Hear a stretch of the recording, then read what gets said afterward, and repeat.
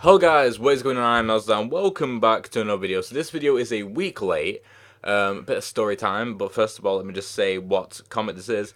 This is The Avengers, Earth's Mightiest Heroes, issue 4. And they're probably wondering, issue 4 came out last week, why are you reviewing it now? Well, I went to my local comic book shop. I was in a rush. This was last week, and I didn't check what they gave me from my standing order box. I got a standing order box there, and just plop it on the table and say, "Do I check it?" And I usually go, "No." I've started checking it since then, and yeah, it just didn't have Avengers in it. I got home, looked at my comics. I had eight. I suppose supposed to have 8 comics to review last week. I only had 7 because it didn't have Avengers. That's why I split those into 2 days. But I looked at them. I'm like, Avengers isn't here. And I checked on my list. I'm like, Avengers is supposed to be here. Why isn't it here? And yeah, it's not that they didn't give it me. It's not like it was by accident that they didn't give it me. They actually just didn't stock it for some reason. Like you'd at least stock the total amount of comics you need to fulfill your standing orders. One of your most reliable sources of income for a local comic book store. Anyway, managed to pick one up. They still didn't have it in stock. I had to go to a different local comic book store, which was literally a 30-second walk from that one. Like, there's two very, very close together in Manchester. But yeah, so this issue, just talking about the issue now, was pretty funny. Like, it also had the Hulk, the She-Hulk and Thor kissing. That was pretty funny. And also, it really ramped up near the end. I was showing you the page. It really, really ramped up near the end. The pacing, it kept on continuing. Where the characters started moving a lot more. When the writers want you to want you to start reading quicker and to start maybe even reading in your mind like you're out of breath and stuff like that. You want the characters to be moving, to be running, to be flying, or whatever. So when Icarus died of the Eternals, which is weird that they died. I thought like because the Eternals movie is coming up in a few years that they would keep them alive. I'm sure there'll be some Eternal stuff in the comics coming up.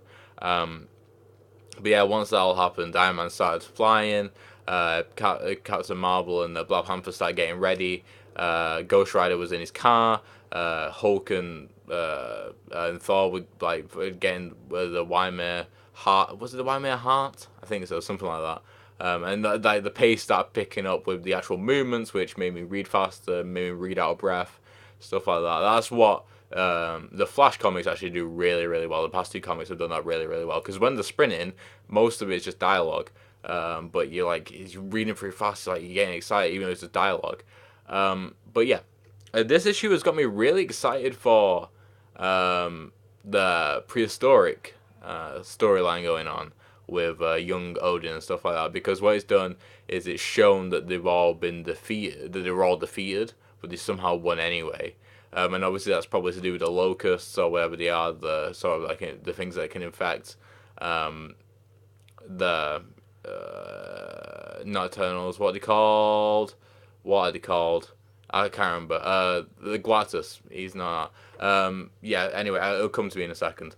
But yeah, so something that can affect the Celestials. There we go, Celestials. So that's obviously going to be the way to defeat them, or maybe they're setting it up so it'll be a twist, and that's not how they actually defeat them. I'm not too sure about that. But yeah, that's gonna be a pretty simple way to do it, and maybe a bit of a cop out. But then again, they're so powerful that there won't be any other way for them to defeat them. I don't think.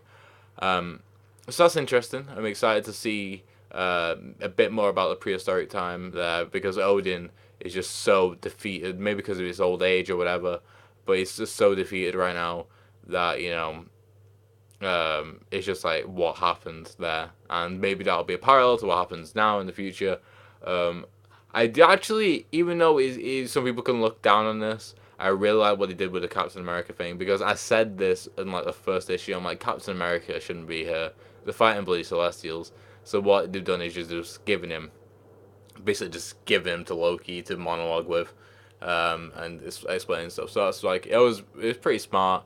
And I feel like it was probably the best place for Captain America to be because you need him there because he's sort of rebuilding his image. He's part of the Avengers coming back together and stuff like that. So you need him in the Avengers because also it's just Captain America. But I feel like it was done really well, that sort of thing. And other than that, there wasn't really much else to talk about. I would have loved to see more Ghost Rider. Ghost Rider is by far for me the most interesting character currently in the Avengers, and I hope they stick to this sort of like close knitted group, and they explore the characters a bit more, how they work together, and after this whole Celestial thing is over, they'll form the Avengers properly, because right now they're still sort of in denial that it is the Avengers. The only people that actually want the Avengers is Black Panther, pretty much, and I'm sure Ghost Rider would as well. Um, but yeah, Ghost Rider just seems a lot more like happy, and he seems very sort of Spider-Man-esque, to be honest. He seems a lot more younger, surprisingly innocent, you know, that sort of thing. So I just love to see these characters be explored a bit more, rather than introducing new characters, even though I'm almost certain they're going to introduce new characters over exploring these current ones, which is sad. But yeah, I'm at least going to keep on reading the Avengers until this arc is over with the Celestials. After that, I don't know what's going to happen. I think this arc is supposed to run up until issue 7, I think. That's what I remember from the comments. It's either issue 6 or issue 7. So we're getting close to the end now, and it feels like we're getting close to the end. They've discovered, Captain Marvel and Black Panther have discovered what the weakness of the Celestials are, and we're obviously getting a parallel of the story back in the day as well. And it feels like it's wrapping up soon. So yeah, that's kind of it. So anyway, thank you guys for watching. Hopefully you enjoyed the video. Make sure to like, subscribe, and all good stuff. And yeah, make sure to comment down below if you want anything if you want to talk to me about anything. I do read comments and reply to every single one of them. Goodbye. By next week, I will find out a better way to end the videos because of the new setup.